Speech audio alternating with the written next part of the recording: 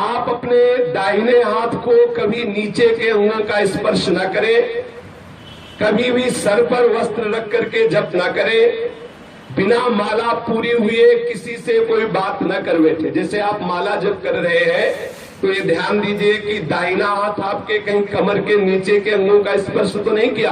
अगर किया है तो आप हाथ धोइए रज लगा के और पवित्र होकर फिर माला में हाथ डालिए। अब तो आश्चर्य की बात है, माला भी चल रहा, लघु शंका भी कर रहे खड़े खड़े परिक्रमा में। देखा आपको सत्संग तो मिलता नहीं ना, माला भी चल रहा है और खड़े खड़े लघु शंका भी कर रहे।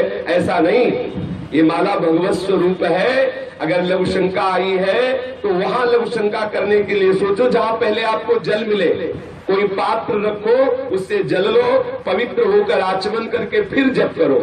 अगर लघु शंका करके आपने आचमन नहीं किया, हाथ नहीं धोए, पैर नहीं धोए, तो आप जो जप करोगे उसका प्रभाव आपके हृदय में काम क्रोध को प्रकट कर देगा।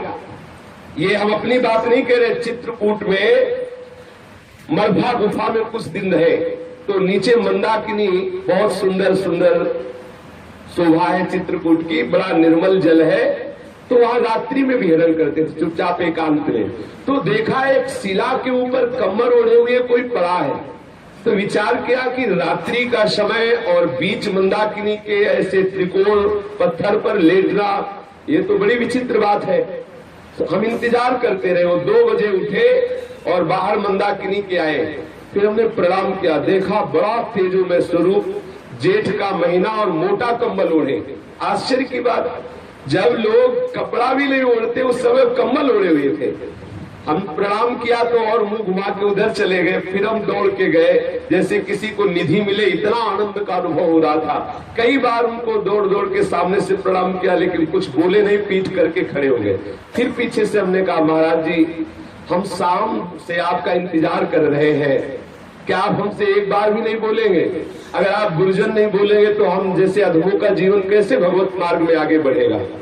फिर वो बोले, उनकी दृष्टि पड़ी, इतना सुख मिला कि अब आपको क्या बताए। बड़ा आनंद का अनुभव हुआ, घबराहट सी एक अंदर हो रही थी, ऐसे सुख का अनुभव हो रहा। प्रणाम करके कहा, 1 मिनट महाराज जी बैठ जाइए, हम आपसे बात करना चाहते। वो बैठ गए कृपा करके। गले में तुलसी की कंठी थी, कोई तिलक नहीं था, एक लंगोटी थी और ऊपर से काला कंबल मोटा ओढ़े हुए थे। तेजोमय स्वरूप था, अस्थि मात्र शरीर था। प्रार्थना की कि महाराज जी आप हमारे कल्याण के लिए कृपा करके कुछ बोल दीजिए।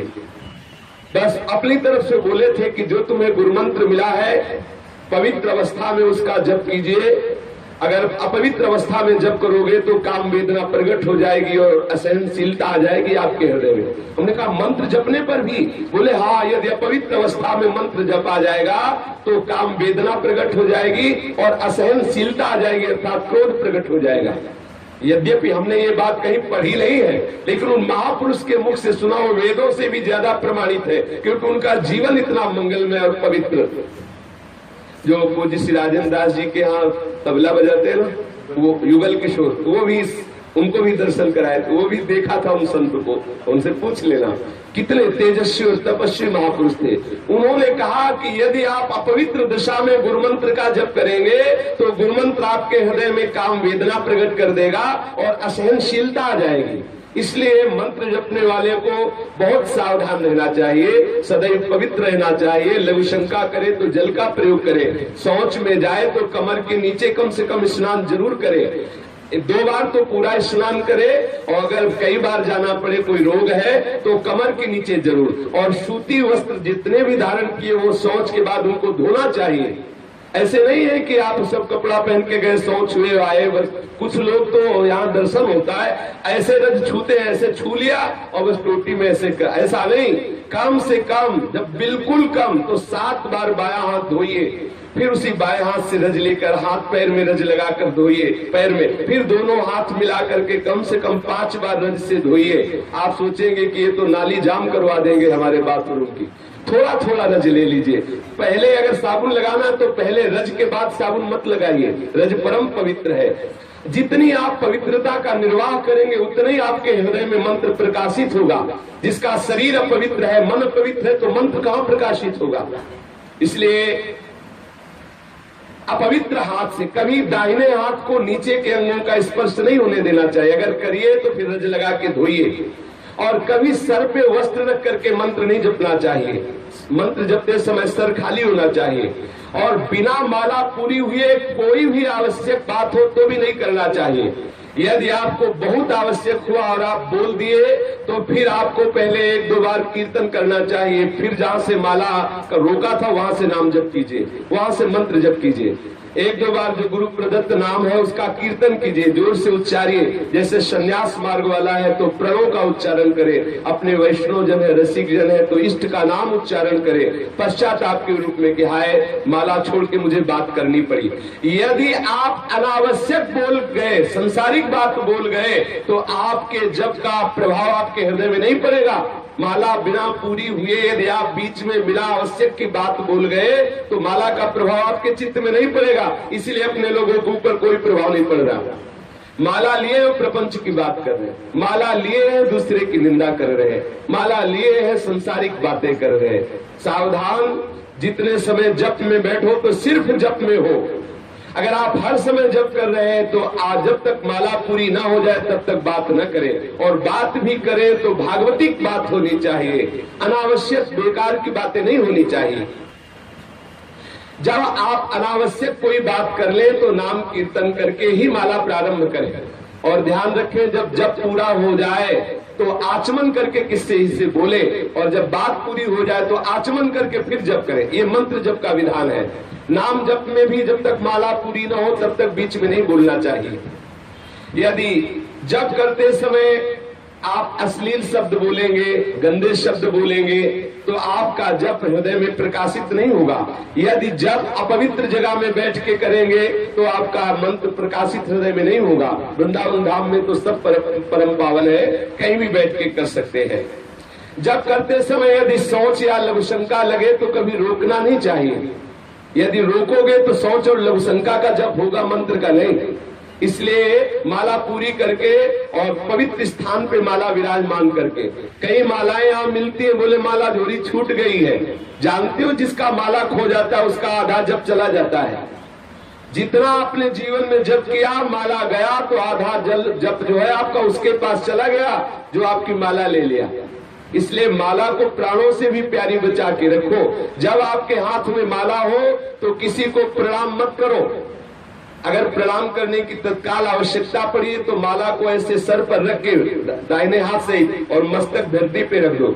अगर किसी के चरण स्पर्श कर रहे हैं आप दाहिने हाथ से तो फिर पहले हाथ धोइए तब माला में हाथ डालिए। ऐसे नहीं कि ऐसे माला निकाली, चरण छू लिए, फिर माला में कर लिए, ऐसा नहीं करना चाहिए। माला भगवत स्वरूप है, परम पवित्र है, उसको ऐसे अपवित्र भाव। अब किसी के चरण छू के फिर माला में, ऐसा चरण छूने वाले को भी अपराध और छुआने वाले को भी अपराध लगता है। इसलिए सत्संग में कम से कम इतना तो ज्ञान रख लेना चाहिए। आप माला लिए हुए हैं और आप उसी हाथ से चरण छू रहे हैं, उसी हाथ से फिर माला, ऐसा ना कीजिए। अगर किसी को प्रणाम करना है तो पंचांग दूर से प्रणाम कर लो, साष्टांग प्रणाम कर लो, माला को ऐसे सर पे विराजमान कर लो। अगर चरण स्पर्श ही करना है तो माला को गले पे विराजमान करके फिर उनके चरण स्पर्श करो और हाथ धो के फिर माला जप करो, ऐसा करो। जब मंत्र का जप करें तो उसके साथ इष्ट का जरूर चिंतन होना चाहिए। मंत्र का जब कर रहे हो तो इष्ट का चिंतन जरूर होना चाहिए। अपवित्र वस्त्र नहीं होने चाहिए। जब मंत्र जप कर रहा हो गुरु मंत्र तो पवित्र अवस्था में करे। नाम तो अपवित्रो वा सर्वावस्थांग तो पिवा या स्मृत पुंडरीकाक्षम स्वाभ्यांतरा शुचि। नाम तो किसी भी अवस्था में आप जप सकते हैं, चाहे पवित्र हो चाहे पवित्र हो, नाम तो परम मंगलमय है। पर नाम के साथ भी ये नियम है कि बिना माला पूरी हुई आप नाम की और बीच में मत बोलिए। नाम के साथ ही ये नियम है कि नाम जपते हुए कोई अश्लील वचन, कोई गाली। पूज्य बाबा सिवड़िया बाबा जी महाराज कहते हैं जो नाम जप करते हैं माला से और फिर वो गाली देते हैं उनको कभी नाम सिद्ध नहीं होगा। नाम जप करने वाले अगर गाली बकेंगे तो कभी नाम जप सिद्ध नहीं होगा। नाम जप करने वाले गंदी बातें जिह्वा से बोलेंगे, कभी नाम जप सिद्ध नहीं होगा। नाम जप करने वाले मसाला खाएंगे, बीड़ी पिएंगे, सिगरेट पिएंगे, भांग खाएंगे, चिलम पिएंगे, कभी नाम सिद्ध नहीं होगा। ये सब व्यसन छोड़ करके नाम जप करते समय इधर उधर देखना, आसपास थूकना, व्यर्थ के कार्य करना। अब जैसे बैठे हैं, पैर हिला रहे हैं, नाम माला चल रहा, पैर हिला रहे हैं। हाँ, अगर नाम सुमिरन कर रहे माला से नहीं भी तो तिनका तोड़ रहे हैं, नहीं तो धरती में ऐसे लिख रहे हैं, ऐसे कर रहे हैं। ये सब चंचलता पूर्वक जो क्रियाएं हैं इनका त्याग कर, बैठे बैठे ऐसे तिनका तोड़ते रहते हैं, ऐसे धरती को खरोचते रहते हैं, मुंह में कपड़े चबाते रहते हैं, पैर हिलाते रहते हैं, इधर उधर आंखें करते रहते हैं। ये सब भजन के विघ्न है, ऐसा नहीं करना चाहिए। और जप में बहुत जल्दी जल्दी जिह्वा नहीं चलानी चाहिए। जप करते समय धीरे धीरे जप का जो मंत्र है उसका एक एक अक्षर ध्यान करते हुए, जैसे अपने को राधा बोलना है तो राधा पूरा हमारे मानस पटल पर राधा नाम दिखाई दे रहा है और कान में सुनाई दे रहा है। फिर हम आगे की मन का है, जो तुलसी का आगे का गुड़िया, वो तभी हम करेंगे जब एक नाम सुन लेंगे और उसको देख लेंगे। तब भले संख्या में कम हो लेकिन ऐसा आपको लाभ मिलेगा। यदि आप जल्दी करोगे तो देख लो पूरा का पूरा माला निकल जाएगा, आप क्या जप गए आपको खुद पता नहीं चलेगा। ऐसे भी जप होता है, पूरा माला निकल गया और संसार का चिंतन चल रहा है, एक बार भी नाम का ना तो श्रवण हुआ ना दर्शन हुआ। इसलिए जप में जल्दीबाजी न करे, धीरे धीरे जप करे, ऐसे मानो आपके नेत्रों के सामने लिखा हो, भले थोड़ा जप हो, आप इसकी चिंता न करें। इस तरह जप करने से आपके हृदय में बहुत बड़ा प्रभाव पड़ेगा, मन चंचलता शून्य हो जाएगा। कभी मंत्र का उच्चारण नहीं करना चाहिए, मंत्र जितना धीमे होगा उतना ही लाभ होगा। जैसे वाचिक मंत्र जपने का विधान नहीं है, उपांश या मानसिक ही जपने का विधान है। अगर वाचिक मंत्र उच्चारण कर दिया तो धीरे धीरे आपके हृदय में आपराधिक प्रवृत्तियां जागृत हो जाएंगी। और आजकल हमारी बुद्धि इतनी भ्रष्ट हो गई है कि हम द्वादशाक्षर मंत्र, पंचाक्षर मंत्रों का कीर्तन करते हैं। भागवत आज में अपने लोग कीर्तन करते हैं द्वादशाक्षर मंत्र का, पंचाक्षर मंत्र का। और शास्त्रीय विधान है, जब गुरु मंत्र दिया जाता था तो घंटा शंख बजाया जाता था।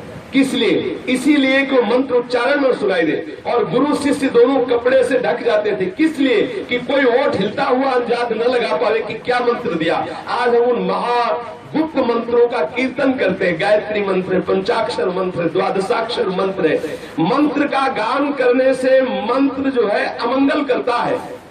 मंत्र जितना गुप्त रखा जाता है उतना ही वो प्रभावित होता है, और कीर्तन जितना उच्च स्वर से किया जाता है उतना ही मंगल होता है। वाचिक से 10 गुना उपांश और उपांश से 100 गुना मानसिक। अगर मानसिक मंत्र जप होने लगे तो बहुत शीघ्र भगवत अनुराग प्रकट हो जाए। मंत्र का कभी उच्चारण नहीं करना चाहिए, कीर्तन मंत्र का नहीं करना चाहिए, और नाम को कभी धीरे से नहीं बोलना चाहिए। उच्च सुरस्तम बद सर्वदैव, ऊंचे स्वर से सदैव नाम का कीर्तन करना चाहिए। जब तक जप किया जाए ये बात मन में जरूर रहनी चाहिए कि कोई भी विषय भोग का संकल्प न बनने पावे। बहुत ध्यान देने की बात है, जब आप जप कर रहे हो एकाग्रता पूर्वक तो कोई भी विषय भोग का संकल्प न बनने पावे। यदि विषय भोग का संकल्प बना तो जप की जो ऊर्जा है वो आपके संकल्प पूर्ति में जाने लगेगी। अगर आप किसी भी विषय भोग का संकल्प करेंगे जप करते हुए तो जप का जो पावर है वो आपको वो विषय भोग प्रदान करेगा। जितनी मात्रा में आप जप कर रहे हैं और उतना आपकी जो सामर्थ्य आई है, वो विषय जिसका संकल्प कर रहे हैं भोगने का, वो विषय आपको प्राप्त हो जाएगा, लेकिन भगवत प्राप्ति में बाधा खड़ी हो जाएगी। कुछ साधक बड़े हर्षित होते हैं जब उनका संकल्प पूरा होता है, बोले हमने जो सोचा वही हो गया। अरे रो, अपराध हो गया।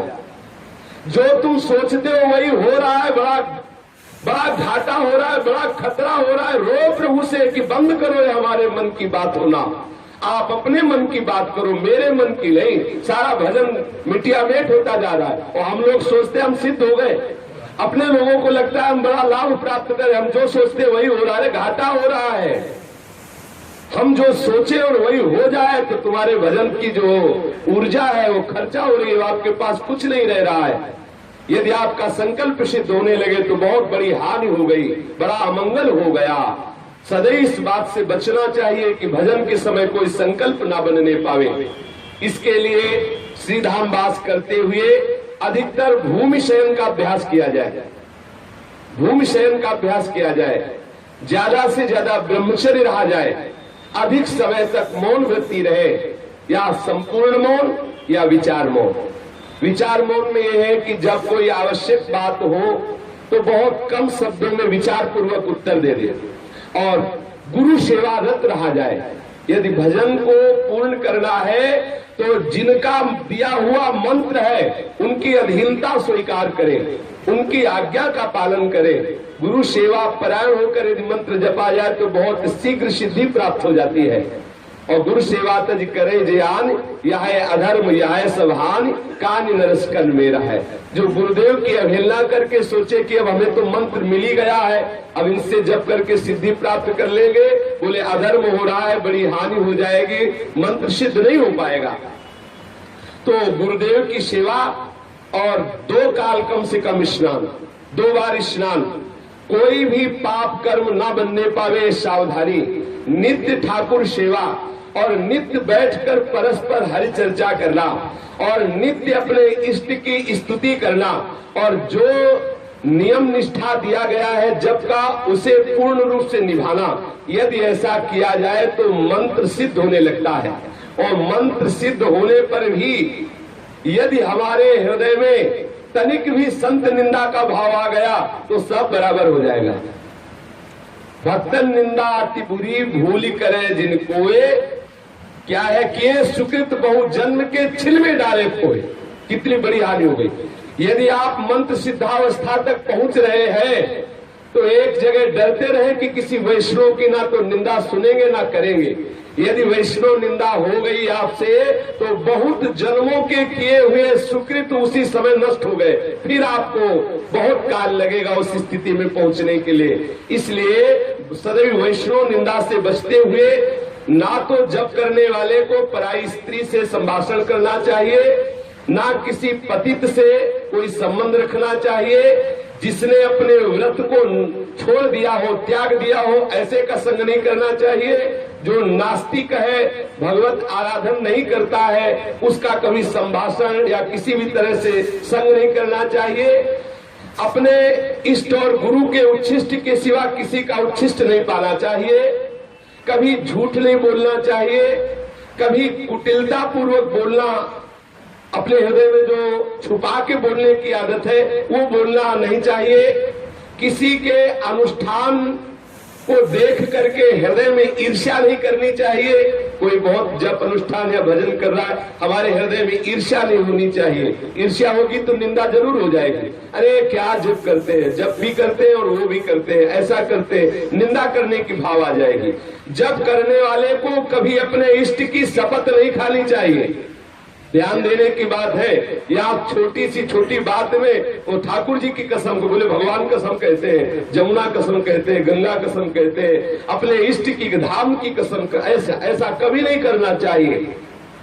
जप करने वाले को, सुमिरन करने वाले को, आराधना करने वाले को चाहे प्राण चले जाए कभी कसम नहीं खानी चाहिए कि हम भगवान की कसम खाते हैं। ऐसा नहीं किया, एक बार बता दिया, नहीं किया, मानो ना मानो तुम्हारी जो मर्जी आवे सो करो। अपने ठाकुर की कसम थोड़ी खानी है, अपने प्राणाराध्य को थोड़ी साक्षी देना है। कभी ऐसा नहीं करना चाहिए। यहाँ मना किया जा रहा है कि जो भगत सुमिरन करता है, भजन करता है, उसे सावधानी रखनी, कभी अपने इष्ट की शपथ नहीं। अनुष्ठान या भजन शुरू करने पर ये ध्यान रखना है कि मरण सोच में कभी भोजन नहीं पाना है। वो जो तेरही और वो क्या कहते दसवां जो शब्द कहता है, 10वें दिन को क्या कहते हैं इससे शास्त्रीय शब्दों में, दशा, हाँ ऐसा कुछ नहीं, हाँ ऐसे बोलते हैं। कपड़े लिखे तो शब्द नहीं आते हमारे। मरण सोच का अन्न नहीं पाना चाहिए, जरूर ध्यान रखना चाहिए। जब तक वो ब्राह्मण लोग ना पाले तब तक नहीं पाना चाहिए। अब गृहस्थ है तो अपने घर की बात अलग, ठाकुर को भोग लगा के पावे, और दूसरों के, अगर गृहस्थ है अपने घर की बात अलग, दूसरों के यहाँ जाके वो भी तेरह ही करना पावे। और साधु को तो पाना ही नहीं चाहिए। और जनना सोच, जब बालक हो तब जो माताएं अपवित्र दशा में रहती, जब निकल आती है और बालक के सब जात कर्म संस्कार हो जाते हैं, फिर जाकर के वह भले प्रसाद पावे। जनना और मरना सोच में उनके यहाँ भोजन नहीं करना चाहिए। जिनके यहाँ अपवित्रता हो गई है, सोकर बिना आसन के चलते हुए झूठे मुंह या कुछ खाते हुए या बिना माला को ढके हुए कभी गुरुमंत्र का जप नहीं करना चाहिए। पवित्र अवस्था में अगर आपने कुछ पाया है तो कुल्ला कीजिए, आचमन कीजिए। अगर जप माला है तो झोली के अंदर रखिए। आप अगर जप कर रहे हैं वृंदावन में तो खैर ये आसन की बात नहीं, क्योंकि आप परम पावन रज है। और जब आप सो के उठे नाम स्मरण करते हुए पहले पवित्र होइए, फिर मंत्र जप में लगिए। नाम जप कर सकते लेकिन मंत्र जप नहीं कर सकते। बिना माला ढके आप मंत्र जप न। किसी किसी को देखा है माला खुला लेके जप करला, जो जो उस माला का जप करते हुए आपका दर्शन करेगा उसको जप का प्रभाव प्राप्त होता जाएगा। इसलिए माला ढक के की जाती है। चित्त में कोई भी विषय की व्याकुलता, क्षोभ, भ्रांति, भूख, शरीर में पीड़ा या किसी भी तरह का संकल्प ये हृदय में आ रहा है तो भगवत स्मरण को इतना बढ़ाइए कि भूख का कष्ट मिट जाए, जो भी आपके अंदर अपवित्रताओं का क्लेश हो रहा है वो मिट जाए, जो भी वासना है वो मिट जाए। आप उसका आदर न करके इतना स्मरण तीव्र बढ़ाइए कि सब दब जाए। जूता पहने हुए या पैर फैला के ऐसे पैर के ऊपर पैर चढ़ा के कभी मंत्र जप नहीं करना चाहिए। जूता पहनकर कभी गुरुमंत्र जप नहीं करना चाहिए। जो इन नियमों का पालन करेगा उसके हृदय में मंत्र प्रकाशित हो जाएगा, और जिसके हृदय में मंत्र प्रकाशित हो गया, अब चाहे वो अपवित्र हो चाहे पवित्र हो चाहे जैसे हो, फिर कोई प्रभाव नहीं पड़ता, क्योंकि वो शरीर की धरा से ऊपर उठ जाता है। जब मंत्र प्रकाशित हो जाता है तो मन बुद्धि चित्त अहंकार सब मंत्र में हो जाते हैं। जो निरंतर मंत्र जप करने लगता है उसके हृदय की सारी वासनाएं नष्ट हो जाती है, और जिस इष्ट का मंत्र है वो धीरे धीरे हृदय में प्रकाशित होने लगता है। जहाँ इष्ट प्रकाशित हो गया तो मन डूब गया इष्ट की झांकी में। अब कौन चिंता करे इस शरीर की, चाहे हगे पड़ा हो तो भी मंत्र नहीं रुकता, फिर मंत्र रोके नहीं रुकता। जब मंत्र प्रकाशित हो जाता है तो हर समय बिना प्रयास के चलता है। अब कोई नियम नहीं, लेकिन जब तक ऐसी सिद्धि नहीं प्राप्त हुई मंत्र की कि अपने आप आठों पैर चल रहा है, तब तक ये सावधानी अपने जीवन में रखनी है। निरंतर भगवत स्मरण करते हुए पवित्रता का जरूर निर्वाह करें। हमारे मन में जो विक्षेप पड़ रहा है, ऐसा लग रहा है कोई भजन करने से रोक रहा है, ऐसा लग रहा है जैसे हृदय सूख रहा है, उसका कारण है अपवित्रता। खड़े खड़े लघु शंका करना, अपवित्र दशा में कम से कम शौच के समय तो मत बोलो।